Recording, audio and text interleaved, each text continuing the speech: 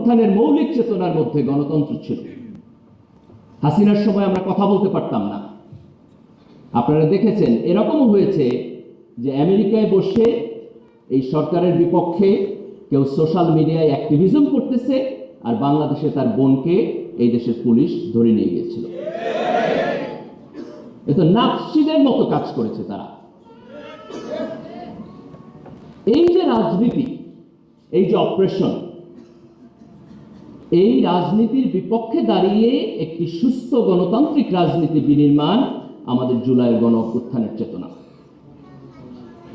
জুলাইয়ের গণঅভ্যুত্থানের যে আন্দোলন, সেটি শুরু হয়েছিল বৈষম্য বিরোধী ছাত্র আন্দোলনের মধ্য দিয়ে। যে সরকারি চাকরিতে যে কোটা সিস্টেম, এটি অবলোপনের মধ্য দিয়ে আমরা বৈষম্যের অবসান চাই। আগামী দিনে আমরা এই দেশের রাজনীতির মধ্যে ইনসাফ দেখতে চাই। আমরা ইনসাফের মধ্য দিয়ে এই দেশের সকল নাগরিকের জন্য একটি সুষ্ঠু এবং সুন্দর পলিটিক্যাল সিস্টেম আমরা এই দেশে দেখতে চাই। আজকে অর্থনৈতিক উন্নয়নের জন্য মানুষের যে অ্যাসপিরেশন, যে আমি বিশ্ববিদ্যালয়ে পড়াশোনা করেছি, আমার একটা চাকরির অধিকার আছে যদি আমি যোগ্যতা সম্পন্ন হই। আমি কোন জায়গা থেকে এসেছি, আমি কোন জেলার লোক, আমি কোন রাজনীতিতে বিশ্বাস করি, আমি কার সন্তান, এই আইডেন্টিটির কারণে আমার যোগ্যতাকে কেউ যেন আন্ডারএস্টিমেট না করে। এই অর্থনৈতিক অ্যাসপিরেশন তো আমাদের 1971 সালেও ছিল না? 70-এর নির্বাচনে এই দেশের মানুষ ভোট দিয়েছে। সেই ভোটে যখন আমরা জয়লাভ করলাম, পশ্চিম পাকিস্তানের এলিট পলিটিক্যাল ক্লাসের লোকেরা বলল এই পার্লামেন্ট চলবে না। তো এই যে আমার অধিকার থেকে বঞ্চিতকরণ, তার জন্যই তো 71-এর মুক্তিযুদ্ধ হয়েছে। তাহলে আজকে এই 24-এর যে জুলাইয়ের যে গণ অভ্যুত্থান, সেটিও তো মানুষের অর্থনৈতিক অ্যাসপিরেশন এবং তার ইনসাফের জন্য হয়েছে। তাহলে 24-এর গণ অভ্যুত্থানের চেতনা কি মুক্তিযুদ্ধের পরিপন্থী? এটা কি মুক্তিযুদ্ধের চেতনার পরিপন্থী? যদি মুক্তিযুদ্ধের চেতনা ফ্যাসিবাদ হয় তাহলে তার পরিপন্থী। যদি মুক্তিযুদ্ধের চেতনা হয় হাজার হাজার কোটি টাকা পাচার করা, তাহলে সেই চেতনার পরিপন্থী। যদি মুক্তিযুদ্ধের চেতনা হয় 3-3টে ইলেকশন চুরি করা, তাহলে সেই চেতনার পরিপন্থী। আজকে আমাদের দেশের যে এলিট আরবান ক্লাস, হাসিনার ফ্যাসিজম তো হাসিনা একলা করে নাই। এই দেশের এলিট আরবান ক্লাস তাকে আনকন্ডিশনাল সাপোর্ট দিচ্ছে। হাসিনা যখন যারে তারে রাস্তায় রাজাকার বলছে, তারা সমর্থন দিচ্ছে না?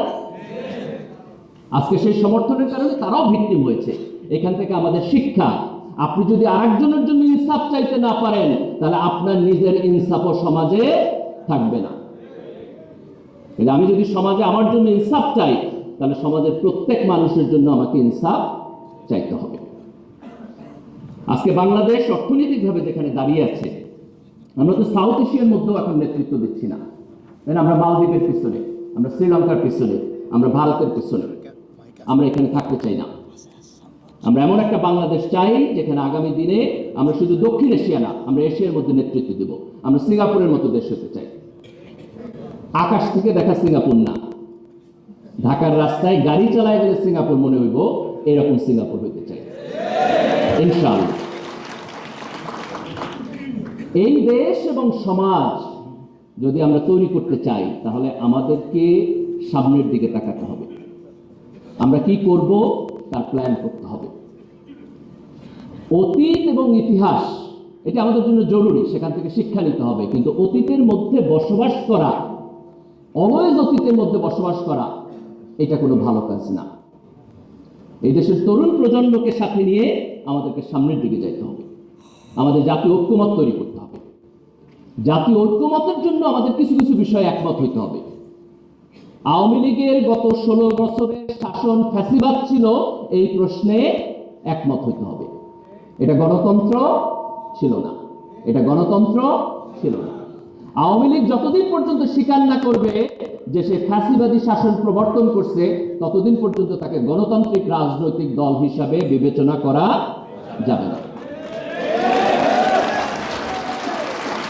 এই 16 বছরের ফ্যাসিবাদ কোন লোকাল ফ্যাসিবাদ ছিল না। আমরা 90 গণতন্ত্রের জন্য আন্দোলন করছি।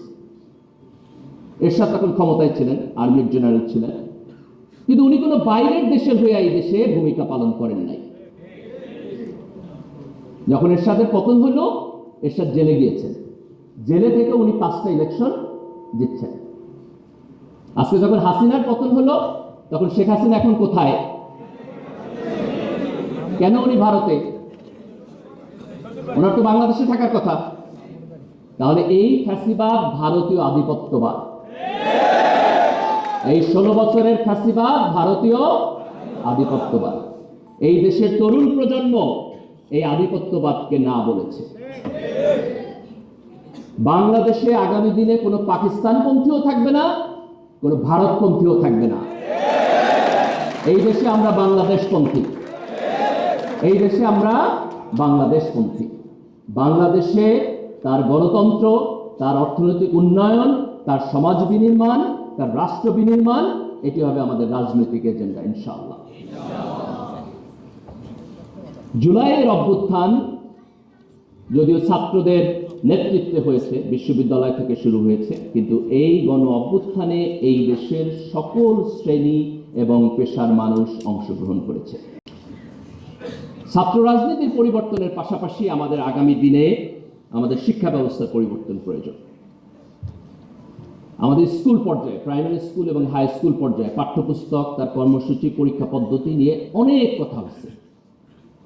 আমরা সরকারকে অনুরোধ করব, বর্তমান সরকার এবং এরপরে যে সরকার আসবে সেখানে আমাদের একটা বড় রাজনৈতিক এজেন্ডা হওয়া উচিত যে আমাদের শিক্ষা ব্যবস্থায় পাঠ্যপুস্তকের পরিবর্তন প্রয়োজন, আমাদের পরীক্ষা পদ্ধতির মধ্যে পরিবর্তন প্রয়োজন। আমি বহু ছাত্রের সাথে কথা বলছি, এখনকার পরীক্ষা পদ্ধতি নিয়ে এটা কোনো পরীক্ষা পদ্ধতিই না, এটা কোনো পরীক্ষা পদ্ধতিই না। সৃজনশীল প্রশ্ন একাডেমিকলি ঠিক আছে, কিন্তু আপনি যদি তাকে প্রপারলি বাস্তবায়ন না করেন তাহলে এটা কোনো কাজের জিনিস না। যেমন ধরেন আপনি একাডেমিকলি লিখলেন সেকুলারিজম মানে হলো অসাম্প্রদায়িকতা, যে কোনো ধর্মের মানুষ আরেকজনের ধর্মকে হচ্ছে আপনার অফেন্ড করবে না, সেটা তো ঠিকই আছে, কিন্তু আপনি প্র্যাকটিক্যালি যেটা করেন সেটা হলো ইসলামোফোবিয়া।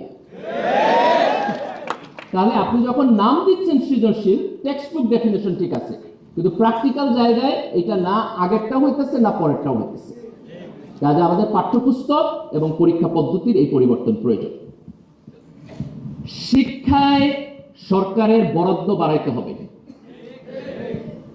এখন আমরা জিডিপির 2 থেকে 3% আমাদের শিক্ষায় দেওয়া হয়, কিন্তু আমরা যদি সত্যিকার অর্থে একটি উন্নত দেশের দিকে আগাইতে চাই তাহলে আমাদের জিডিপির বরাদ্দ 5% করা উচিত। আমি ছাত্র রাজনীতির বিপক্ষে, কিন্তু ছাত্রদের রাজনৈতিক যে অ্যাক্টিভিটিস তার বিপক্ষে না, কিন্তু ছাত্রদের রাজনীতি হওয়া উচিত তার দলীয় এবং ব্যক্তিগত স্বার্থ না, তার জাতীয় স্বার্থ। ছাত্রদের রাজনীতির প্রধানতম এজেন্ডা হওয়া উচিত যে শিক্ষায় বরাদ্দ 5% হইতে হবে। চায়না আজকে থেকে 10, 12, 15 বছর আগে তাদের জিডিপির বরাদ্দ প্রায় 2-2.5%-এর মতো ছিল। তারা এটাকে সিস্টেমেটিকলি বাড়াইতে বাড়াইতে প্রায় 4.5%-এর মধ্যে আনছে। And that dramatically worked.